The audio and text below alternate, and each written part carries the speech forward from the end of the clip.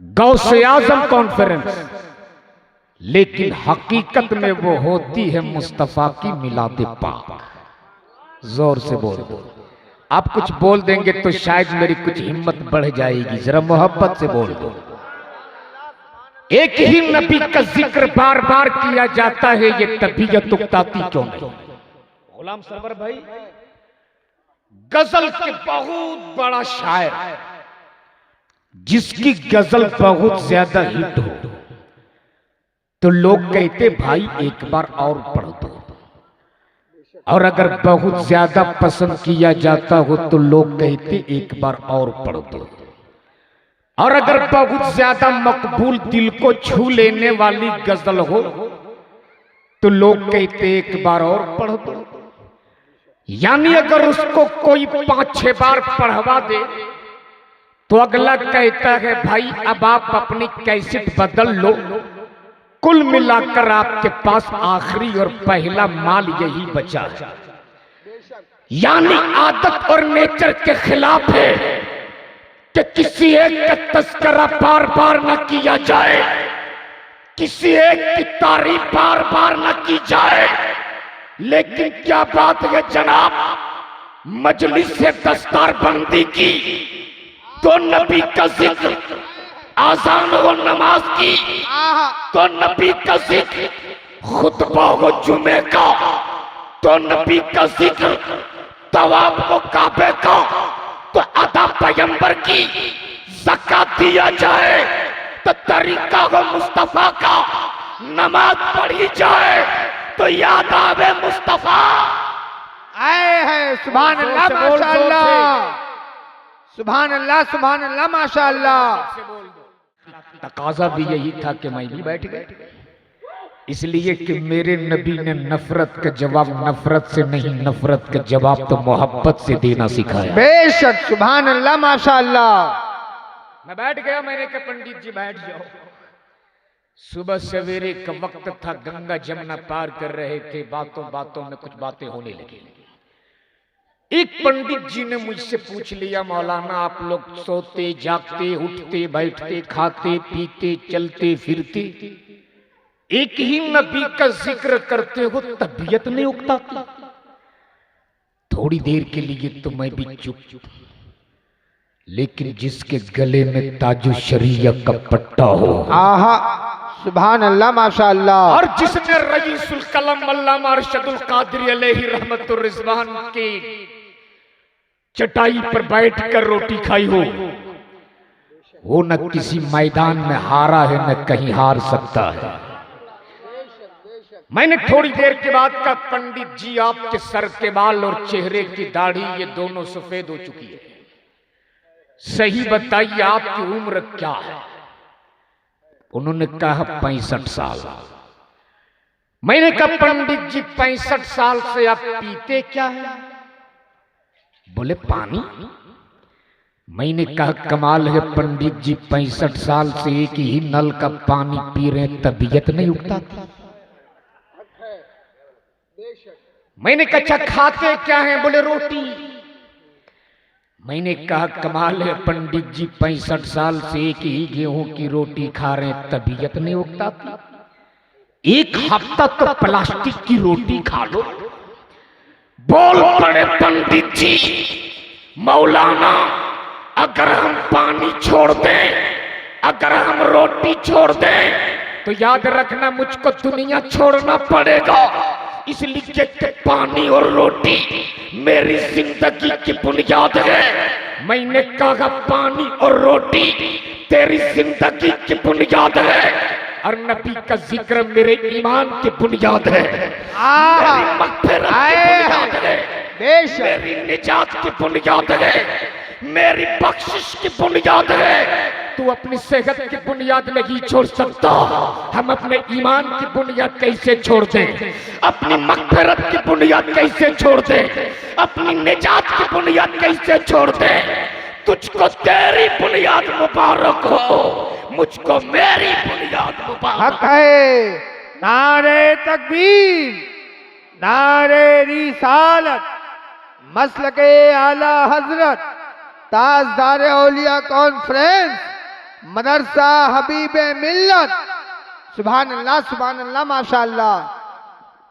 मैंने कुरान की आयत तिलावत किया, इन्नद्दीन इंदल्लाहिल इस्लाम, बेशक तमाम दिनों से बेहतर अल्लाह के नजदीक मजहब इस्लाम है। बोल दो सुभान अल्लाह। और पूरी दुनिया में इस्लाम ही एक ऐसा धर्म है जिस धर्म ने कभी भी भेदभाव नहीं किया है, गोरा हो या काला, गरीब हो या अमीर। अगर मस्जिद के पहले सफ में चाहे जमाने का सुल्तान खड़ा हो, चाहे गांव का एक भिखमंगा खड़ा हो, इस्लाम ने कभी भेदभाव नहीं किया। इसलिए कि एक ही सफ में खड़े हो गए महमूदे आज़, ना कोई बंदा रहा ना कोई बंदा नवाज। इस्लाम ही वो धर्म है जिसने नफरत का जवाब नफरत से नहीं, नफरत का जवाब मोहब्बत से देना सिखाया है। मजहब इस्लाम के कुल कितने अरकान हैं आपको पता है? जलसा रोज सुनते हो आप लोग, मजहब इस्लाम के अरकान कितने हैं? है किसी को मालूम आप में से? मजमा से पूछ रहा हूं, मजहब इस्लाम के कुल कितने अरकान हैं? है किसी को पता? अल्लाह रहम फरमाए मेरी इस कौम पर। हजरत 4 लाख 5 लाख जलसों में खर्चे करते हैं और मजहब इस्लाम के अरकान कितने हैं ये पता नहीं है। 50,000 का शायर चाहिए इनको, और नचनियों की तरह नोट उड़ाने वाला लोग चाहिए। मजहब इस्लाम के अरकान कितने हैं मेरी इस कौम को नहीं पता है। सुन, मजहब इस्लाम के अरकान 5 हैं। कितने हैं? जोर से बोलो, कितने हैं? जोर से, कितने? पहला तौहीद, दूसरा नमाज, रोजा, ज़कात, हज। कितने हुए? कितने हुए? आखिरी मंजिल का नाम, आखिरी मंजिल का नाम हज। हज सब पर नहीं फर्ज, तवज्जो चाहूं, हज सब पर नहीं फर्ज, ज़कात भी सब पर नहीं वाजिब, नमाज में भी कॉन्सेशन है। अगर आप सफर में हो तो कसर पढ़ लो, लेकिन हज एक ऐसी इबादत है जो सब पर नहीं फर्ज। साहब इस्तिताअत है तो आप पर हज फर्ज है।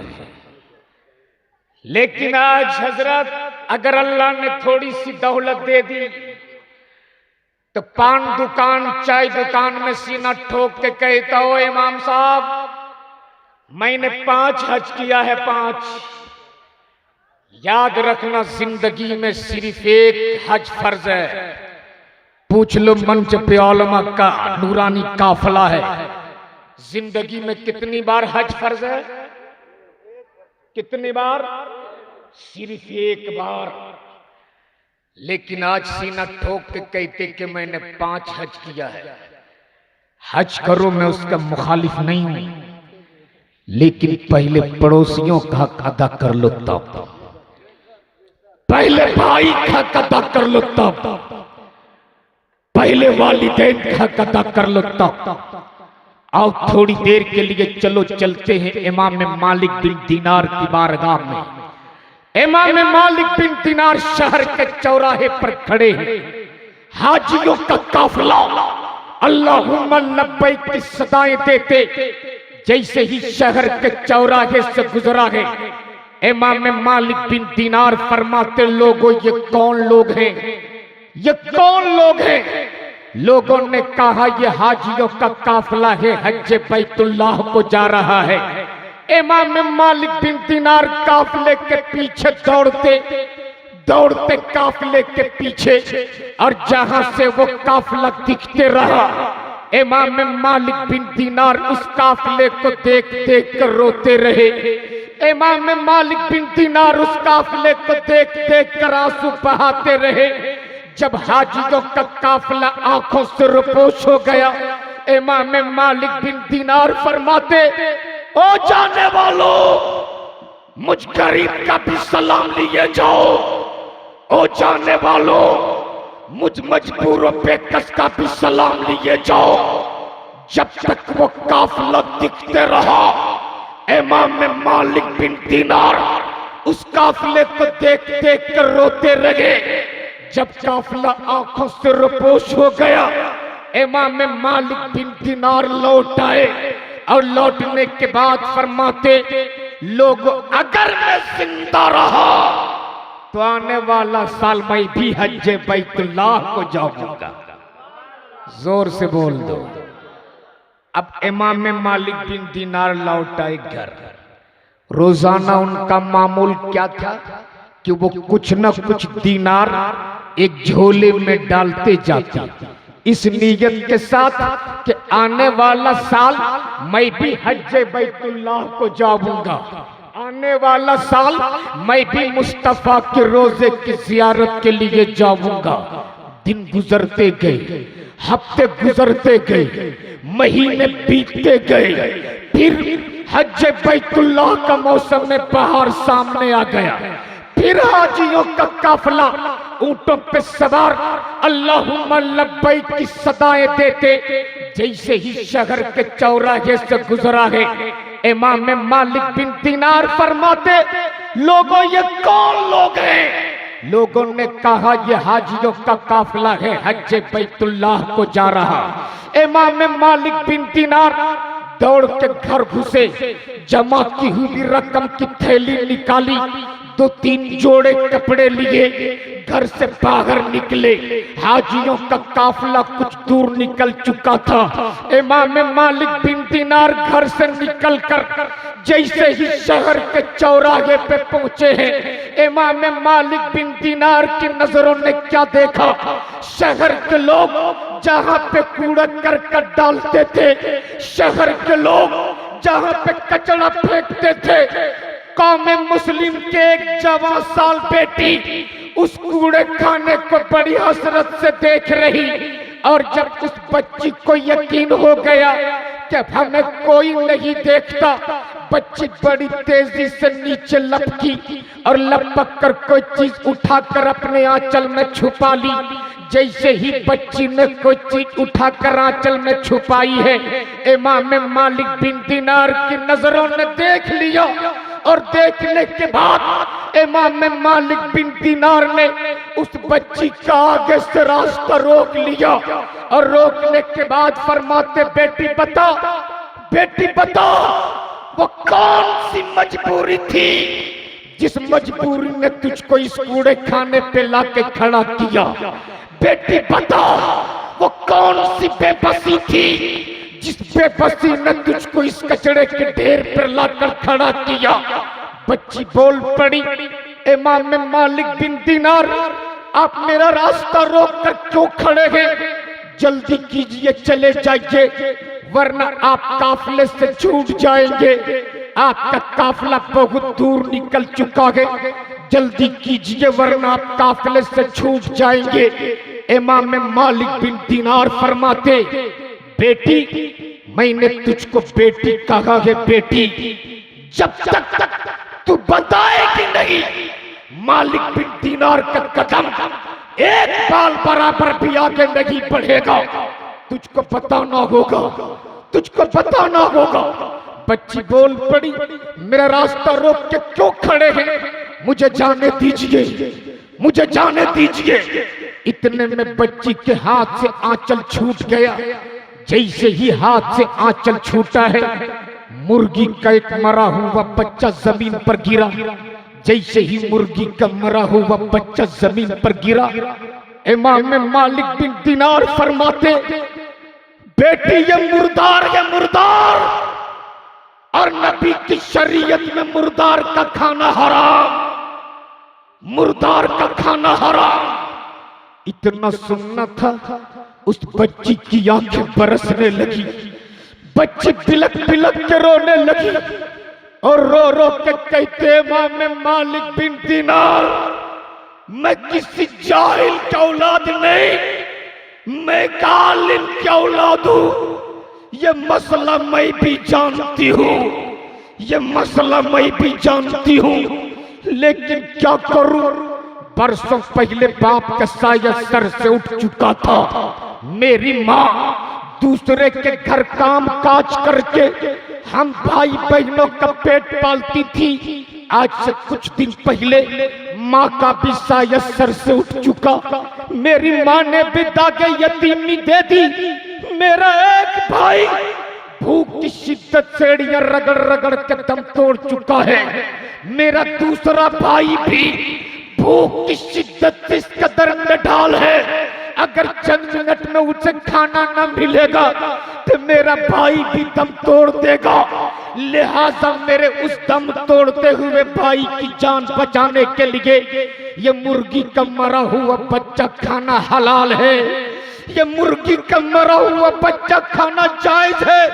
इतना सुनना था, इमाम मालिक बिन दिनार के पास जितने दिनार थे बच्ची के आंचल में डाल दिए और फिर उसी चौराहे पर खड़े हो गए जहां से वो हाजियों का काफिला देखते रहे। देख देख के आंसू बहाते रहे, हाजियों का काफिला देखते रहे, देख देख के हिचकियां लेते रहे।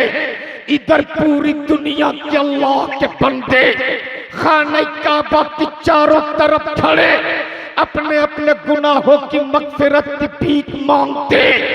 ए परवरदिगार, मैंने जो दिन के उजाले में किया उसे माफ कर दे।